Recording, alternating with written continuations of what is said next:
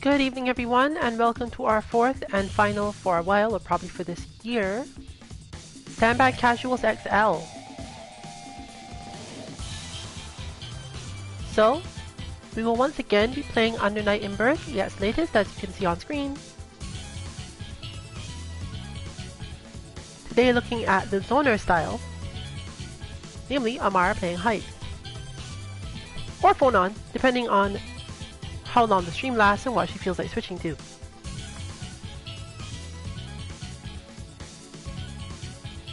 But we're looking at Hyde for the base principles of it, so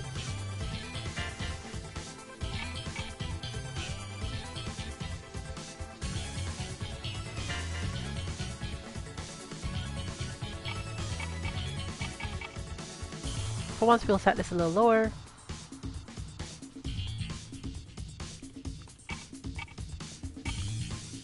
And maybe we care about this a little bit today, or should care about it in general. Try 3 or more and maybe change it if necessary.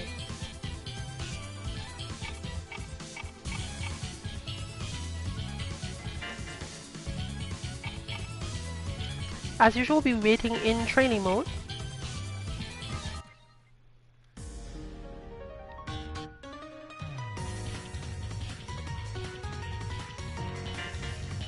And having her face her usual problem style character in this game, and in games in general, can actually lead to a bit of a rotation, since which specific character is being a problem depends on where she is mentally at the time. So, today we're going to go with the difficulty of dealing with the Guile style character to start with.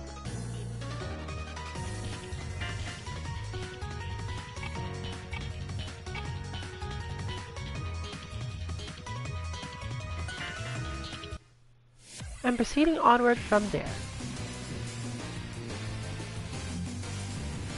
As always, our goals are not specifically to win matches, but just to test things and understand them as best we can.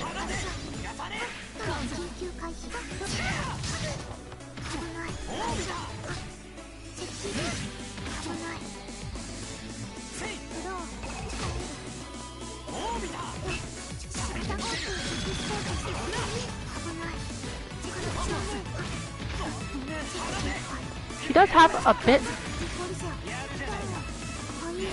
of a head start given both her understanding of this character as a whole and obviously having been around for at least 2 of our other streams, making it a little bit clearer how to use things like Warple, even if only a bit.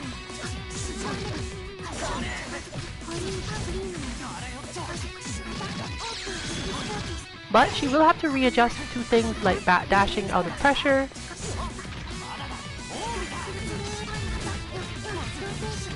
and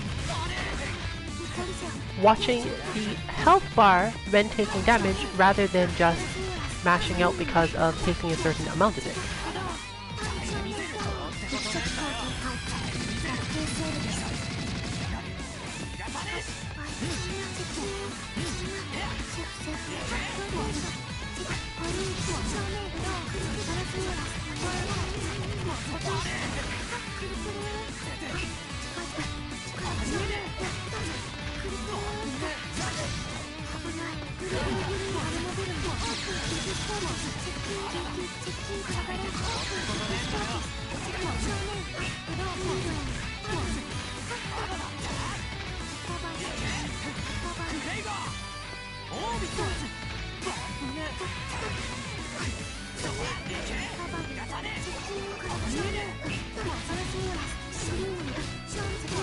This game is, as we have noted before, a little harder on execution for people who aren't used to having things like down forward command normals.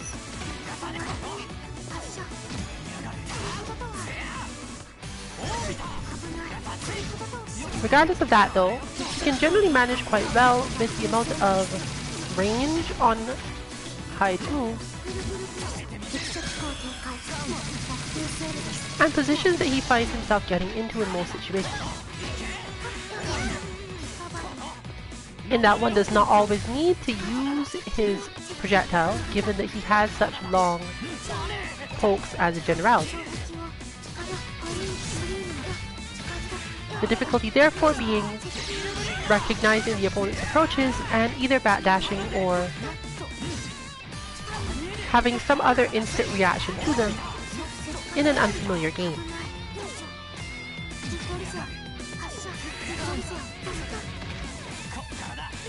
Fortunately, with both invincible backdash and invincible uppercuts,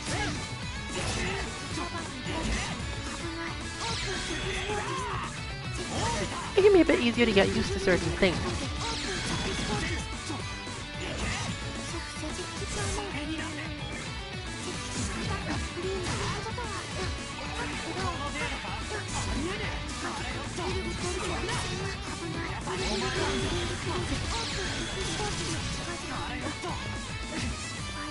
Note, if you have any interest in this game, that while you are in training mode, the reversal that we've so often mentioned can be used over and over because the game will not put you into the great state that prevents it while in training, meaning that you can practice it more.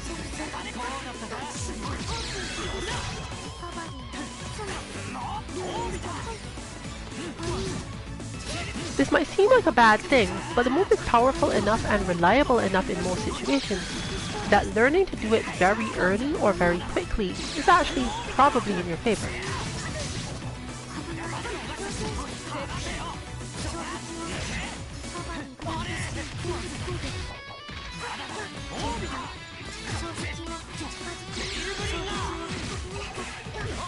So with the main warm-up over,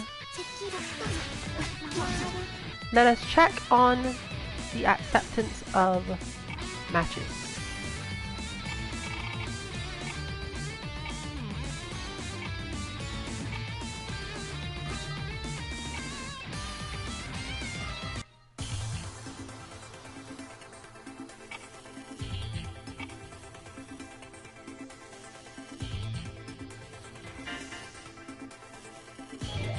Ooh, we're setting up things right back. There we go.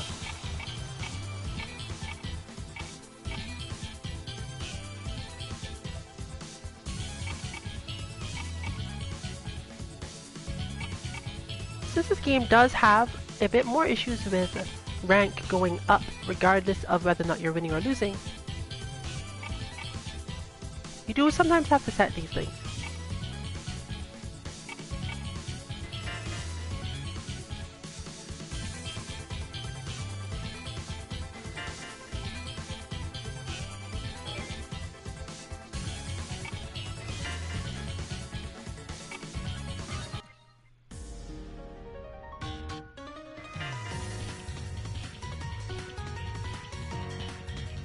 But with that warm-up out of the way, it is no longer quite so necessary to fight Batista, meaning that we can move on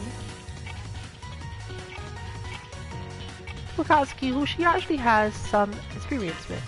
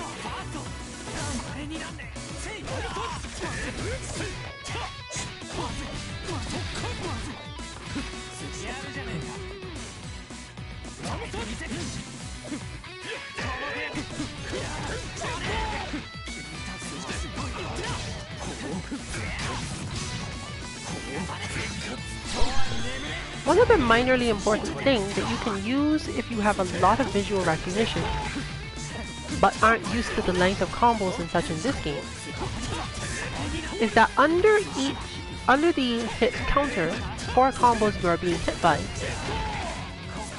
you can see a small bar that grows shorter over time. Every successive hit causes that bar to shrink faster and faster. When you've reached the point where the bar is basically sure to disappear instantly before your opponent could land another hit, it means that you will drop out and the combo will have to end regardless of anything else. In quicker combos,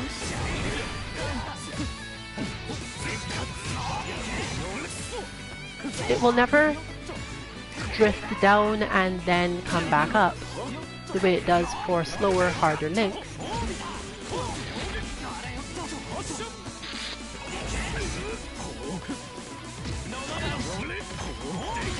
And for particularly long combos, it obviously doesn't matter so much at that point. This does depend at least somewhat on the moves being used, but you can mostly get the idea by watching, and when you see it turn red, it has its own meaning as well.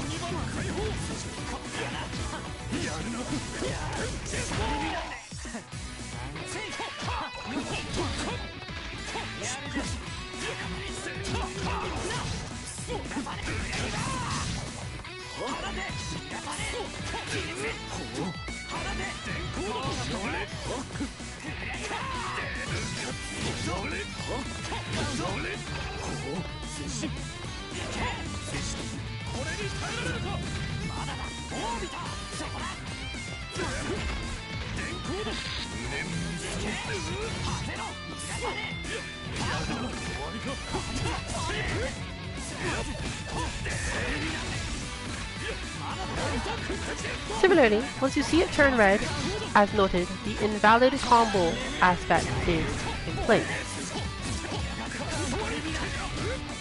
But for those of us who find it difficult to quickly interpret those things, I still suggest just watching the amount of damage you've taken and trying to get used to it that way.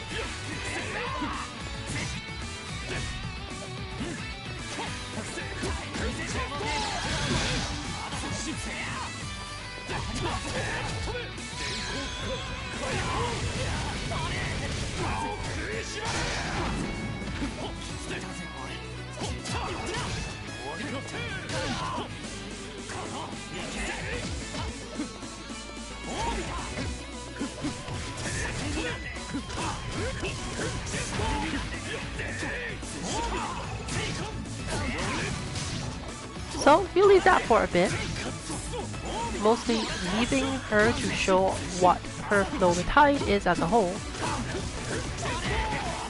and so that we can all get used to watching that bar, which is partially why I chose this stage. It's one of the easier stages to track it on.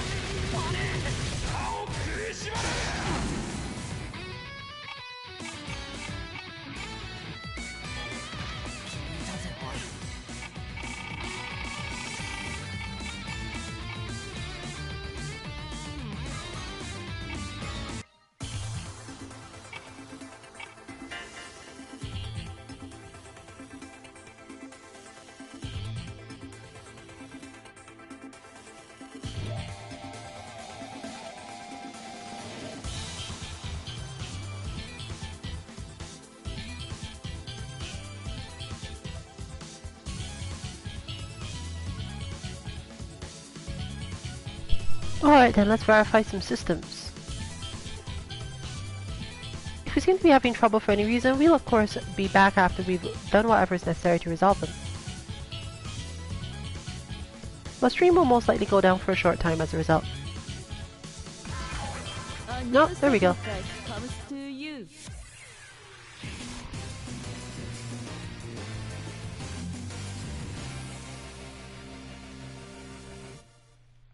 2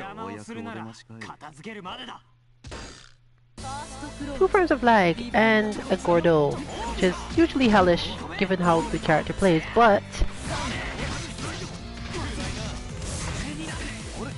there we can see the specific dropout of the combo.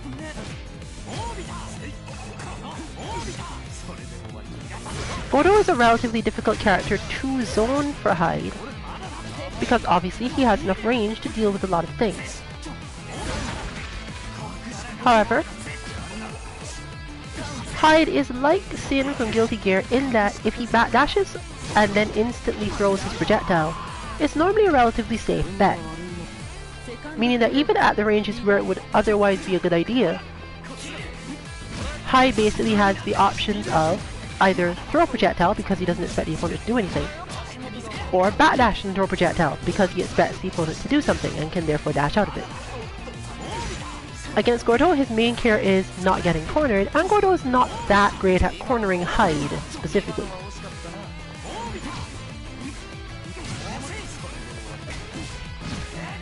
From the rest of there, it comes down to the zoning mindset and the skills involved that she's built up over time to recognize when to go for normals and when it is possible to do one thing or another on the approach if necessary.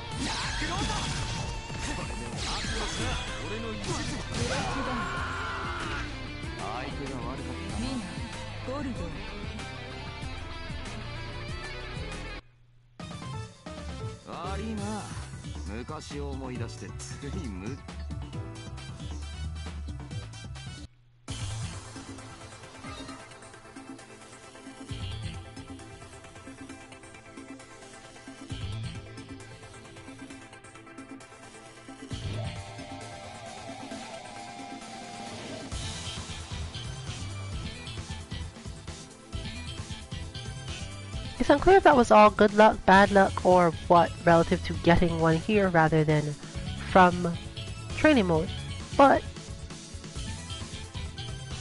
depending on how long either side goes, we'll just shift it.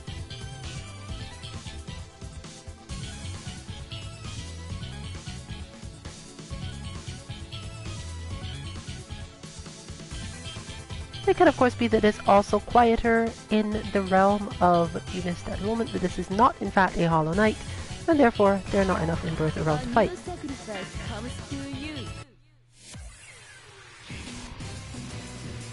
But the usual result, as we know, and we've seen on previous streams, is that once one person is around and they're available as the opponent, then you end up fighting that person repeatedly, which is actually good for what we're trying to do here.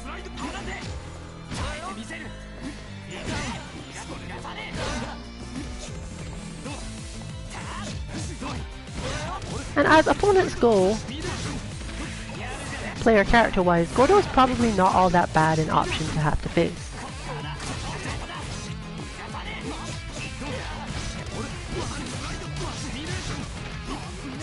He is definitely among those characters who will give you the impression that he's doing a ton of damage if you don't actually spend any time watching how much damage you're actually taking. I mean, after all, the man is swinging giant scythes at you when hitting you with claws. You would think that he's really dealing some damage, but he's generally not hurting all that much.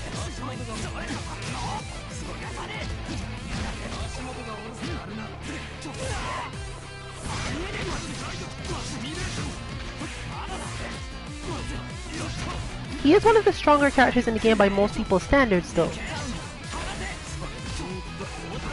Unfortunately for him, he is actually slightly difficult. He has a slightly difficult time dealing with Hyde because he does want to attack from so far, and Hyde can often do stuff like that.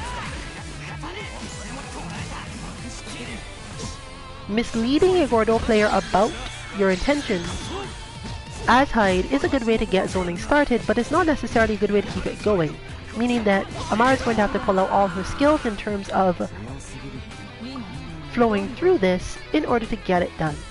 But now that we know we have at least one opponent, we can probably go back to training mode and see what happens.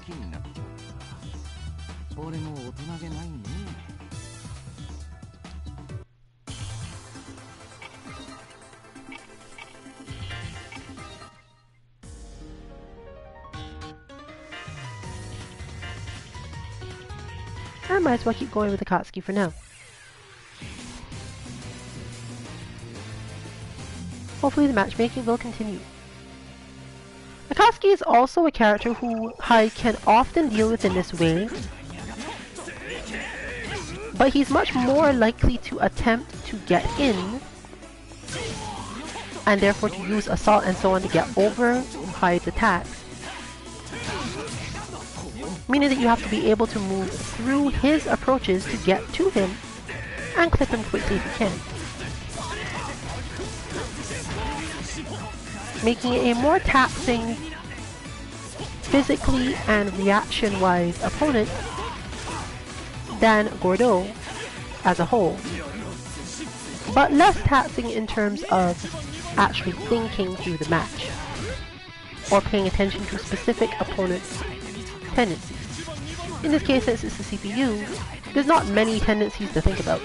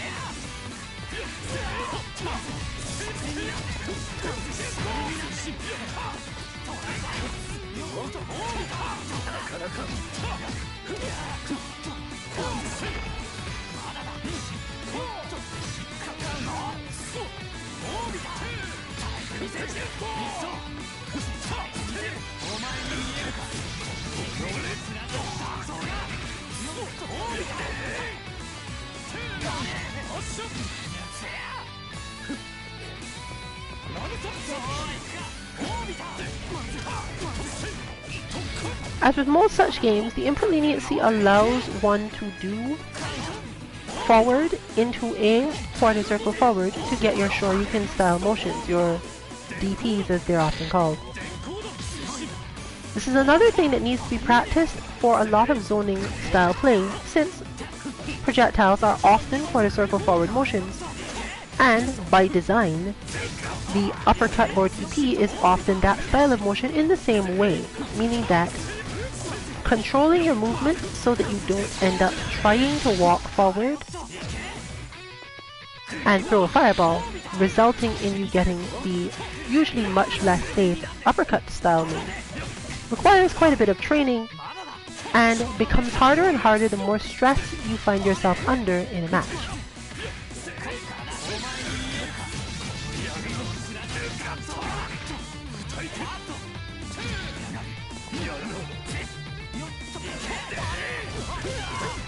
Some of us resolve this problem by just doing an entire half circle forward, but eventually as we get more and more stressed, the half circle becomes closer to a quarter circle, and depending on our familiarity with the games and comfort as a whole, the whole thing becomes so fast that some people can literally do it quickly enough to get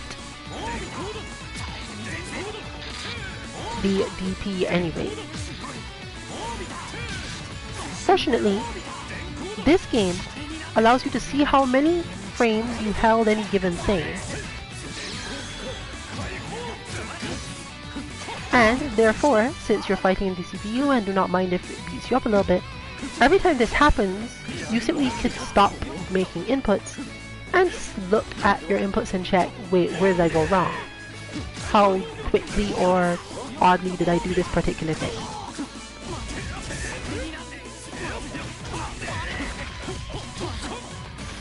Even if this isn't your main game, that frame counter is a useful diagnostic for just execution in other games as a generality. And you can outright use it for that, if you don't have some sort of modding system on your others, and generally if you're playing on PlayStation, you normally wouldn't.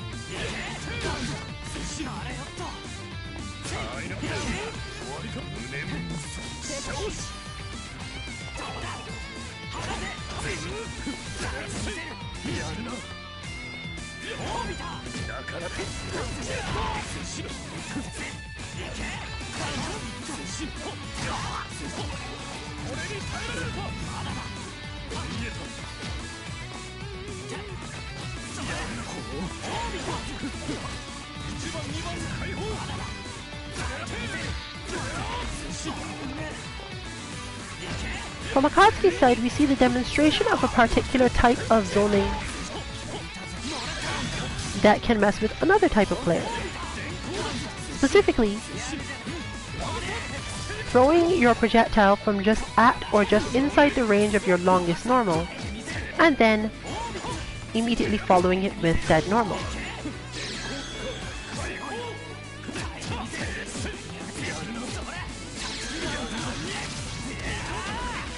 Knowing when to utilize this particular style is a matter of reading your opponent and understanding what they consider important in terms of facing being zoned.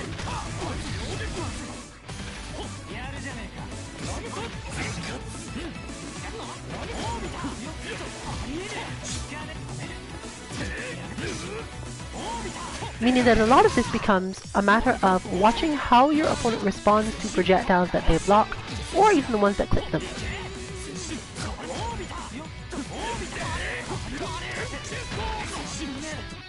Depending on the length of your low attacks, for example, you can use even your sweep for this if you have a good read on where your opponent will want to try to go after you have thrown the projectile, especially if you can actually hit them.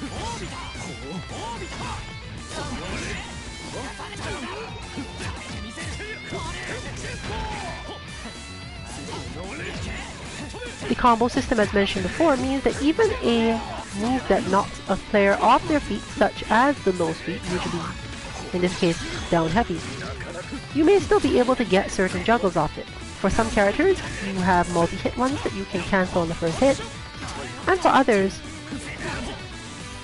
they may disallow your longer combos or certain other normals, but Hyde in particular, for example, can get sweep into projectile and sweep into, I think he gets one of the versions of uppercut.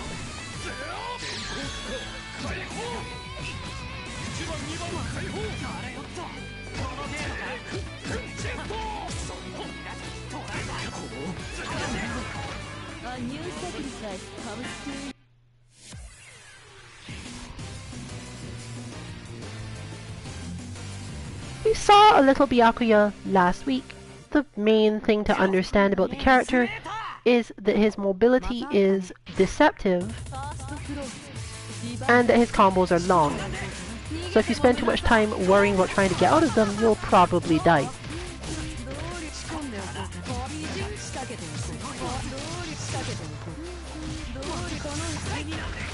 Fortunately, he does have some spaces where you get to do what you want, even though it looks like it should be his turn. Invincible moves often help, but if you do not have those available to you, he's actually relatively easy to jump against as long as he believes that it's his turn to attack. This will greatly reduce the amount of damage you take when you two collide in the air, and give you a good set of options for recovering and doing your own thing. This is not to say that you can avoid taking damage, but simply that to take hits from Byakuya in the air is much, much better for you than taking them while you're on the ground.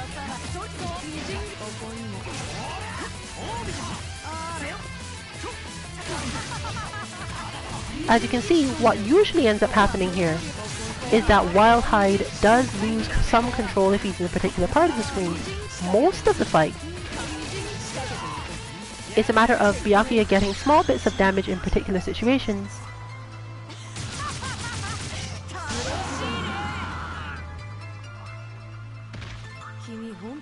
and Hyde having the option, at least, to recover a bit. You can use this if your Byakuya opponent is intent on pressuring you and disrespecting your defense, because it generally means you can do more invincible moves, get back to the middle of the screen, and so on. They're not going to try to bait you, not going to try to throw you, those sorts of things.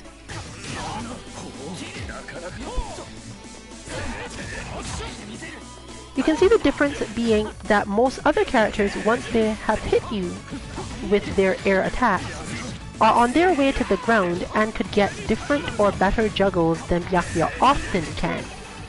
He does have juggles, but again, it requires relatively high levels of skill to recognize the exact height at which he hit you, how many of his hits actually connected, because this also affects which moves he can do afterward, and so on. It's a lot easier to just go for pressure on wake up after letting you fall, which can, in a lot of cases, be dangerous, at least when you're playing a character like Hyde.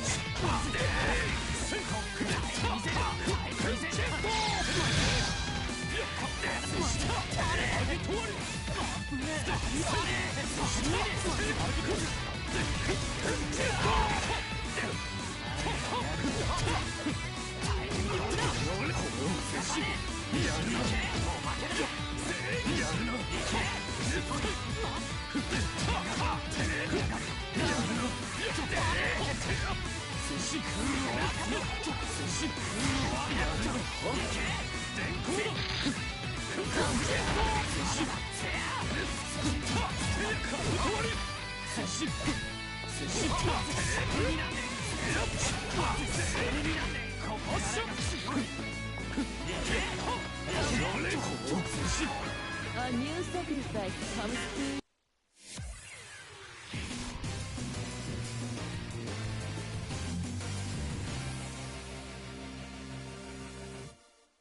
邪魔をするなら片付けるまでだ。懲りないね、ほんと。ファーストクローズ、ディバイド。ここにも、ここにも、逃がそうだね。ああ。どうり仕掛けても行くよ。どうり仕掛けて、ほらほら、どう料理しよう。切り刻んであげるね。貫け。貫き仕掛けてもこの辺からだ。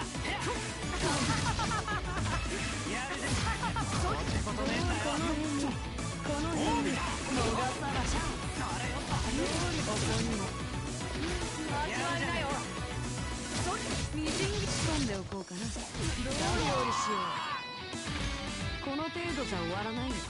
セカンドクローズ、ディバイド。仕掛けて逃さない。行くよ。みじんこの際。For a player like Amaru who's relatively comfortable or confident in their defense, even at relatively long periods of time, being able to force the opponent to have to go for knockdown pressure afterwards is a little bit easier.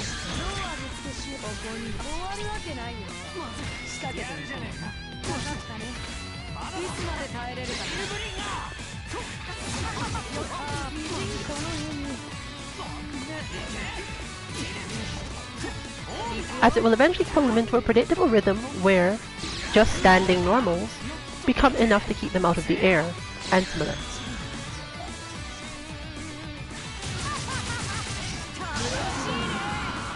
But of course, from the opposing side,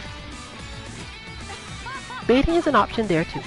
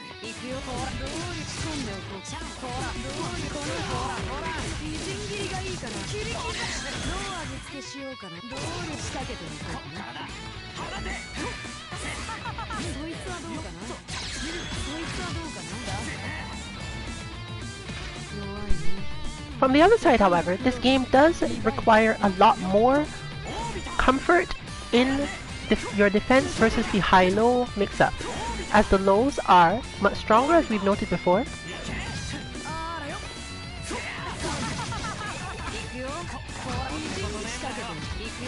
And the Assault Hawk does allow for more of the higher attack style. You can, however, get out of a lot of lows by instant jump.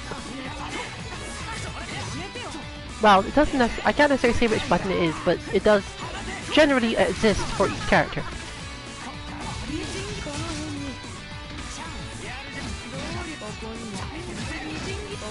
Especially the mid-screen ones, as you've just seen there. Since many of these lows require lunges, and because of something to do with their hitboxes and hurtboxes, it is often possible, if you don't think that you're going to manage to get out of the pressure, it probably means your opponent was far enough out that you can just jump over them as they come in.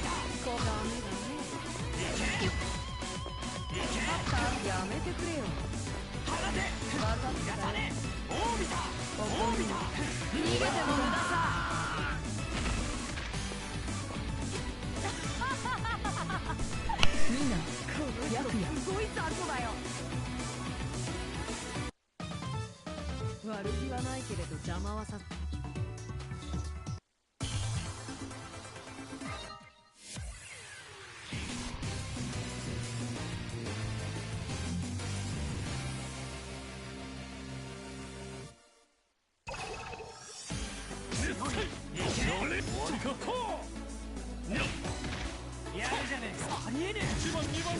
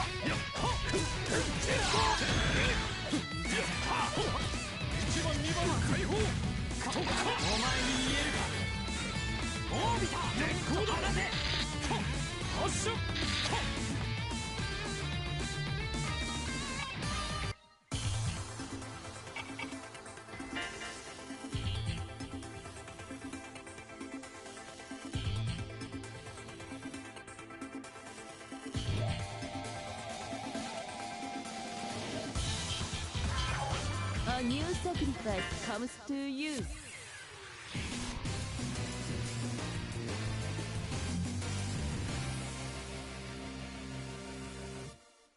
邪魔をするならインスレーターつけるまでだ。ファーストクローズディバイド。よっくらえ。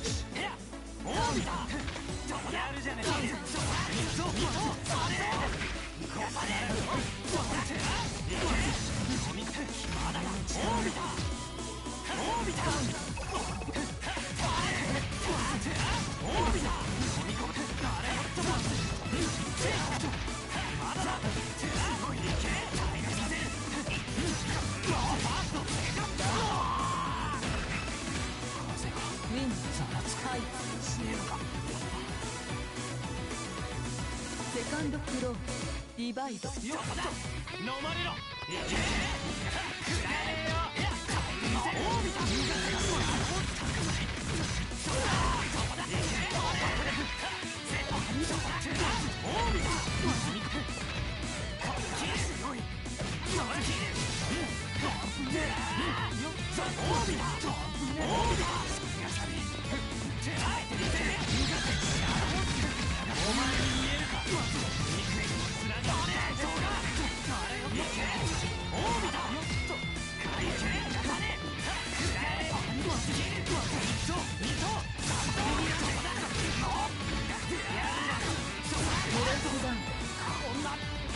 そのまま寝てな。ウィンハイ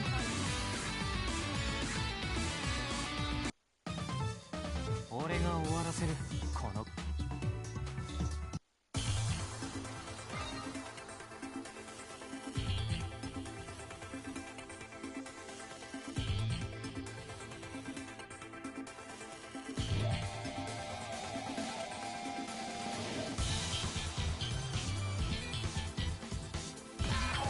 A new sacrifice comes to you.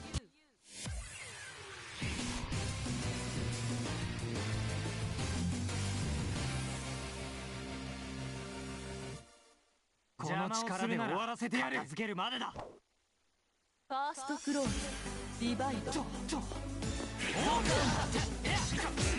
スト手が見た。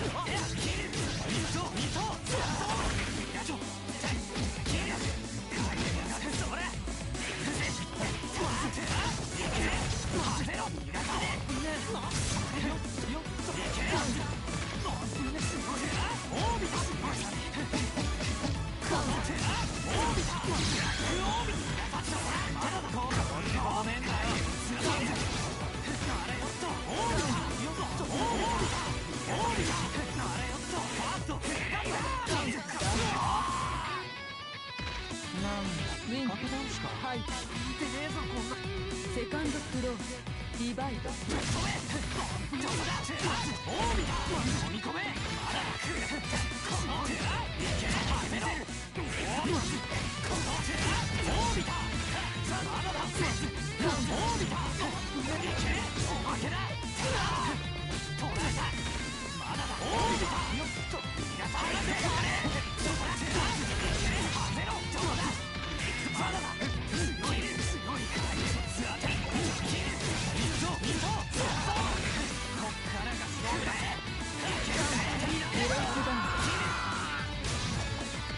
そのまま寝てな。ウィンハイ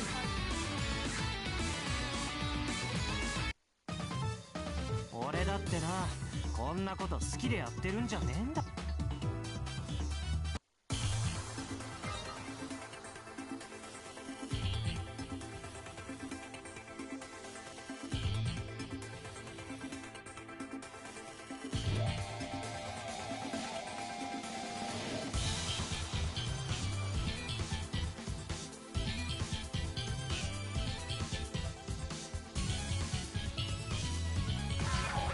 A new sacrifice comes to you.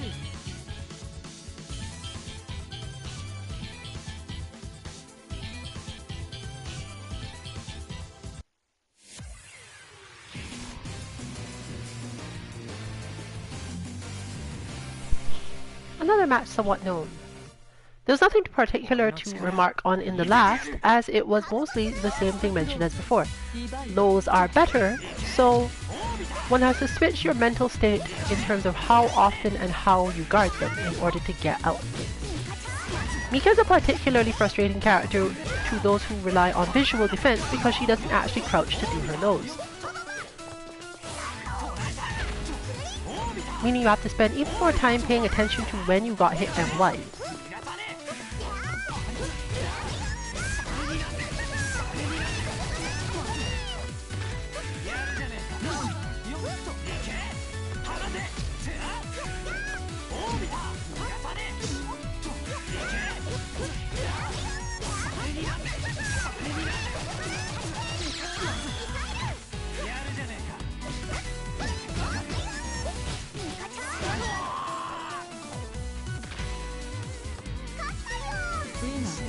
Mika Second Close Divide まだだ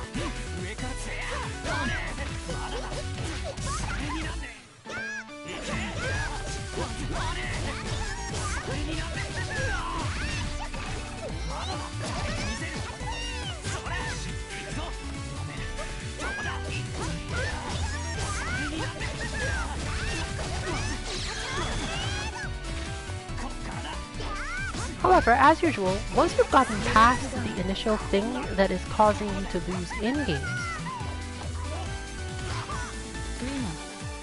it's a lot easier to break down the opponent's style, even if you continue to lose for the same physical reason.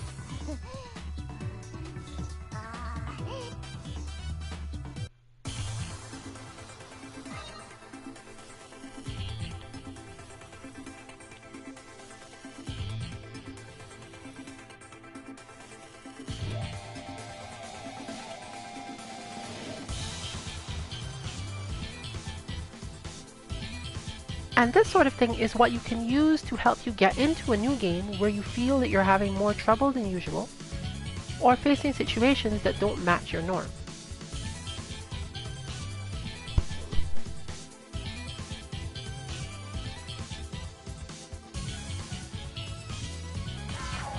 A new sacrifice comes to you.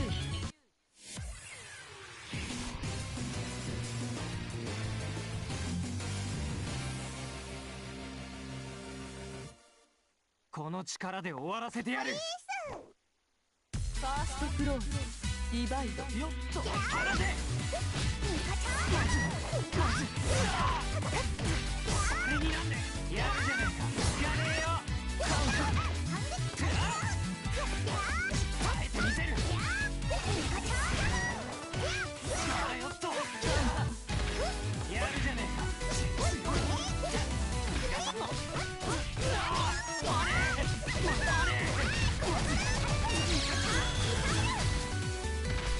From that perspective, it's actually relatively easy to learn new games in a relatively short space of time. If you're willing to put your faith in that, discard the parts of the game where you are having physical problems and experiment with approaches to the rest of it.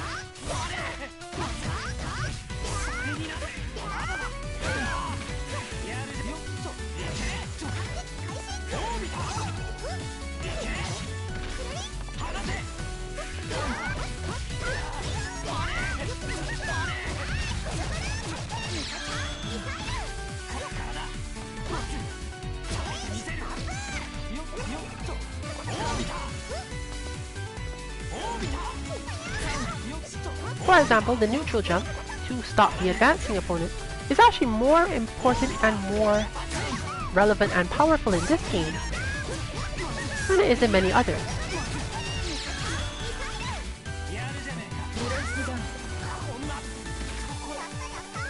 The generally longer range for footsies also means that opponents who attempt to hold on to pressure often find themselves in a relatively bad situation once they're further out, as they want to get back in immediately and don't have as many options.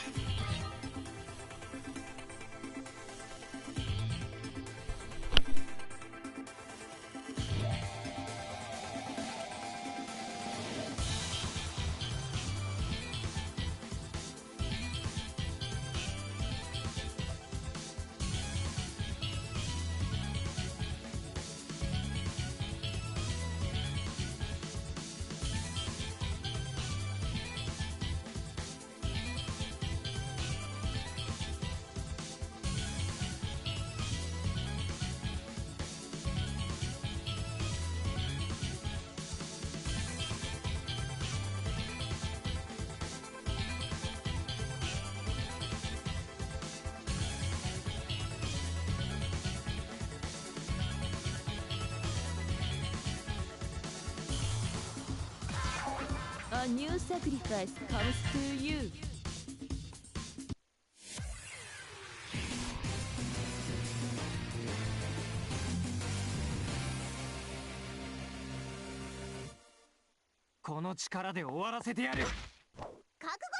First close, divide.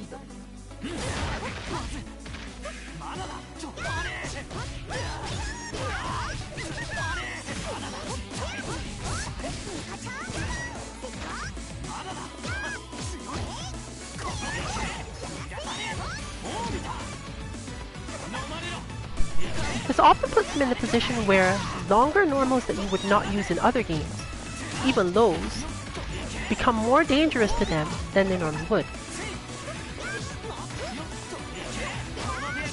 as tracking you becomes harder overall.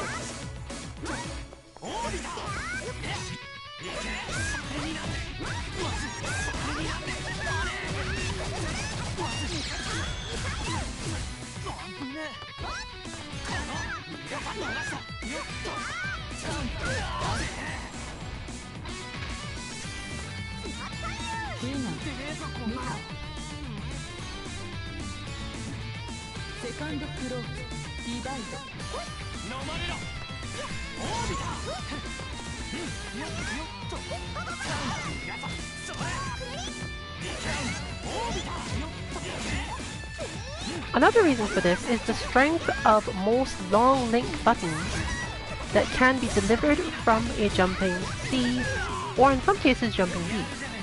Meaning that if you realize that this is the thing causing issues in the matches, you know which combos to focus your energy into learning.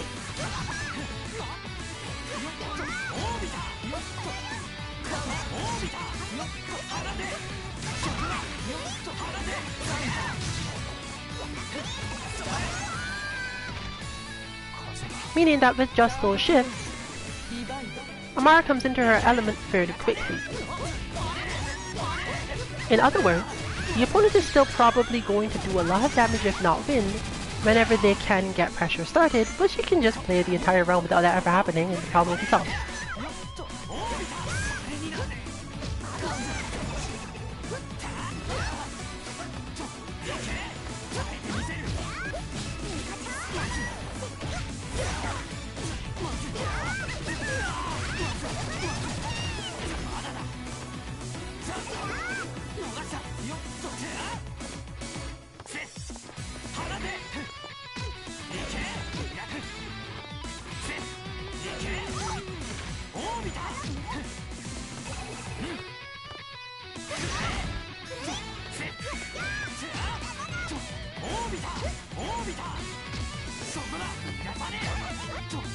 Hyde has the further capacity to cause his projectiles to explode early,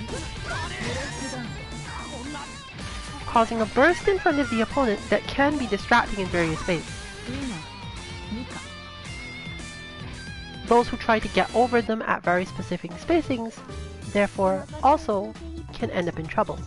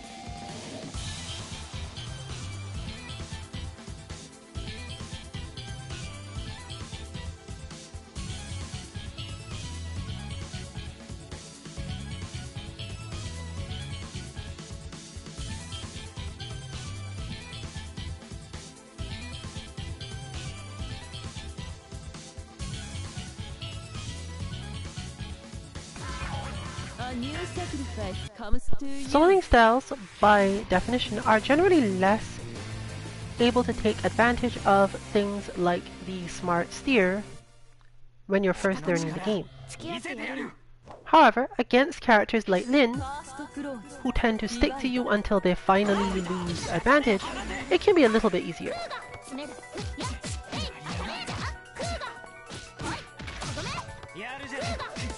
One of Lin's strongest weaknesses is that unlike most of the cast, once she has finished her basic strings, she has very few specific options as to how to approach you. Hyde in particular can punish most of her options by using his stand A as soon as he expects her to continue the combo at all. Since it is almost impossible to respond to stand A Second close. Divide. in time to truly whiff punish it, that is Lin's main, if not only option, meaning that the mix-up is literally just stand A or jump B, I believe, at the end of her string. Obviously, Lin can do nothing and this would resolve her problems, but that's really not what we expect to happen, is it? お前にはまだ実践が早いよ。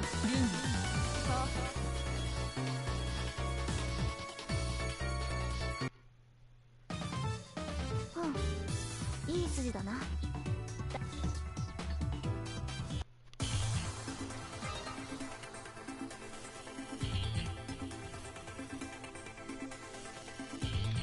Lots of little things like that can be learned by watching opponents' movements and having the confidence to believe that you have a way out, rather than expecting that the pressure they're being given means that you don't get to take any actions.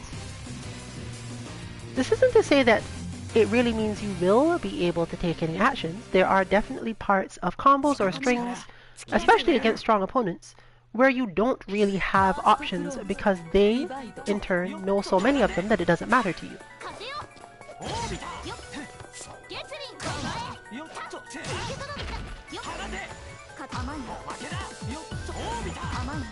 But in this case, that's not necessarily what's happening.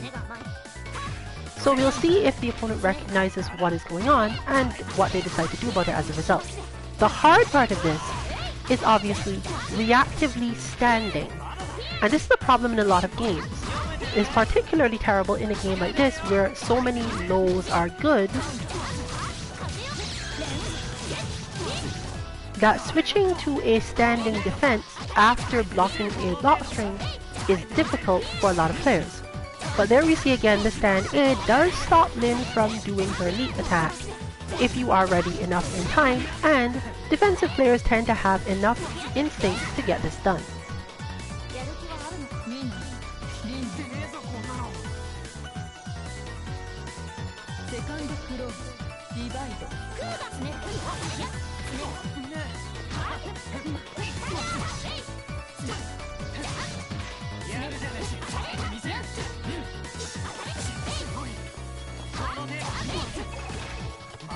So once again, we find a physical quote-unquote problem is the main thing shifting this match. As you get better at fighting games and recognize your physical problems in these ways, it makes it easier to feel good about certain things and easier to solve certain problems.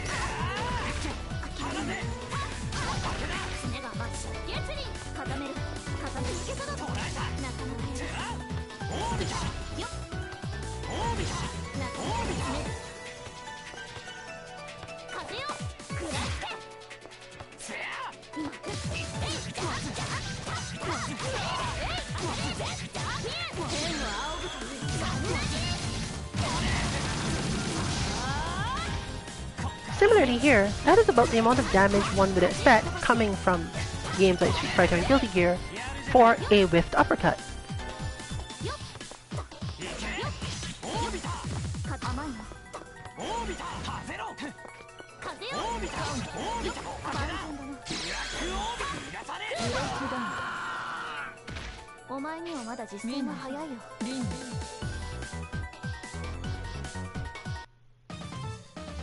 From there, it's just a matter of building up your reactions and speed relative to the game in question.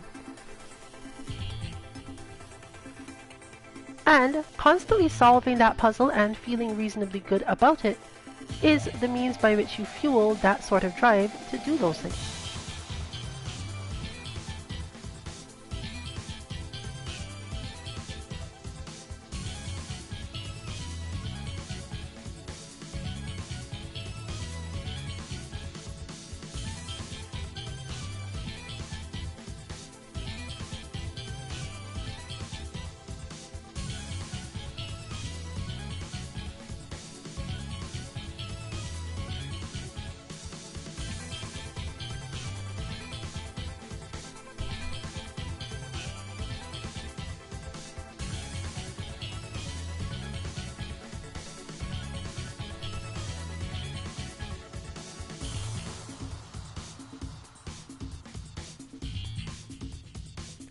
Now, as a standard for our sandbag casuals that sell segments, it will not in fact be extra long. And this is the last one and the one meant to cover the final spaces of it. As you've seen, the shifts and things that become available to the zoner style of play appearing much differently than solid, evasive, or effectively footsie.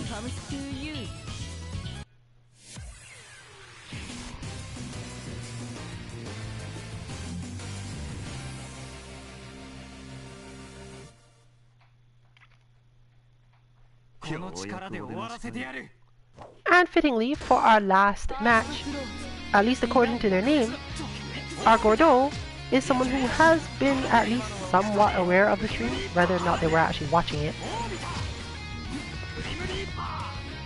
So they have some idea what's going on here. But all the same principles apply. The opponent is going to want to go for lows probably, because they're just a good idea in this game. And Hyde wants to manage to not be cornered somehow. And once he's managed to get out of said corner, he can use his backdashes and so on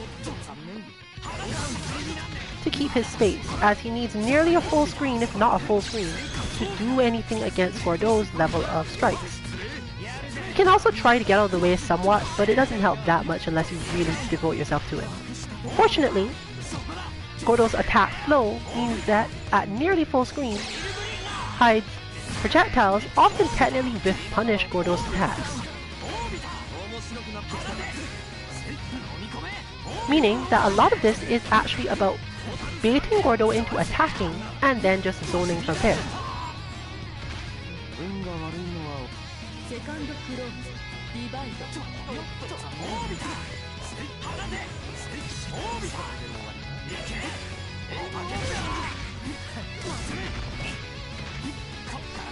Since he is a character who has long enough range that even his limited mobility is still enough to land surprising hits, trying to pin him down or pinpoint his location, i.e. should I be throwing fireballs because you're far away from me, or should I be doing anti-air stuff, is difficult when you're starting to get used to Hyde just from the beginning.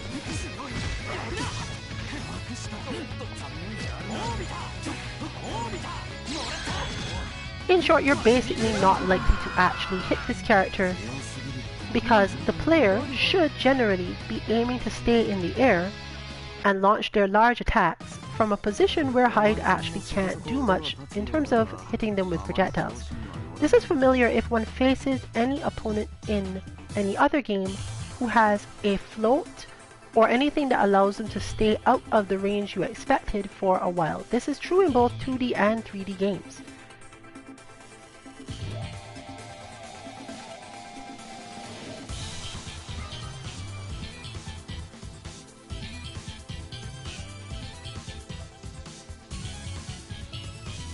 But as noted, we will not be going for too much longer.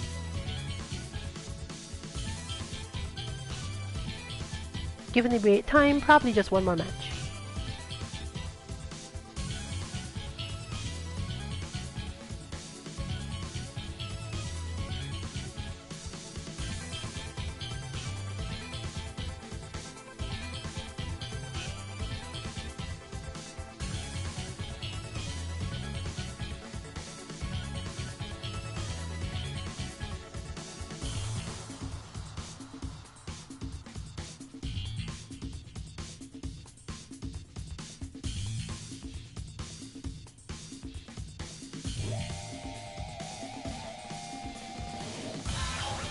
A new sacrifice comes to you.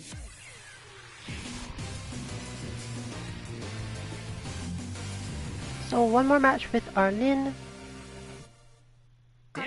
and then off for the night. Or is this a different Lin? Who knows? Should have paid more attention.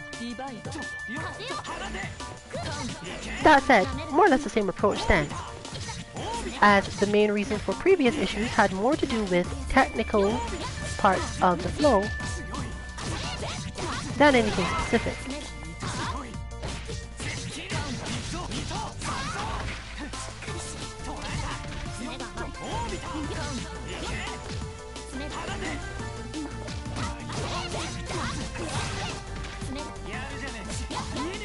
Lin's dodge allows her to react to Hyde projectiles. However, if she's not already in a certain type of motion, Hyde's explosion of the projectile then sometimes can counter this move.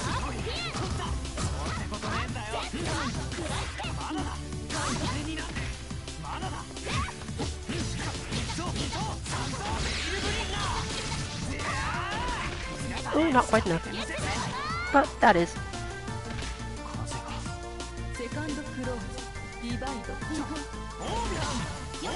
You can join us tomorrow for our Kame House Dragon Ball Fighters Beginners Lobby, as we take another check at how effective the work we've been doing with our new Dragon Ball Fighters bot has been. On Friday, we will have another bot ready for you, likely to be a relatively short guidance stream, as it's a relatively easy bot both to explain and to actually show off.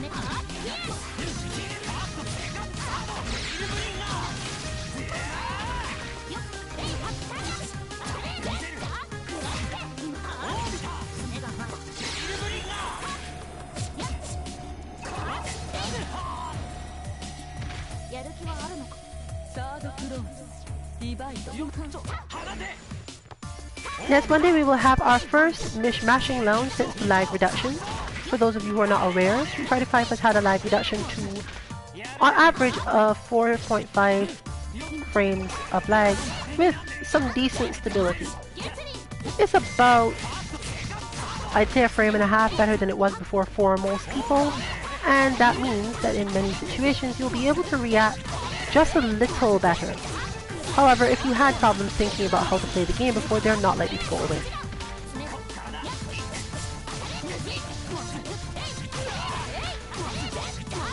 And on Tuesday, presuming that there will be no equally bad weather next week, we'll be back to Guilty Gear the Tuesday train, bringing us around to Wednesday, and finally back to Street Fighter V Sandbag Casuals, and we'll see what happens relative to said lag in the online unknown situation. Overall though, this has been brilliant along with Amara, 14 to MK. Hope you enjoyed it. Good night everyone.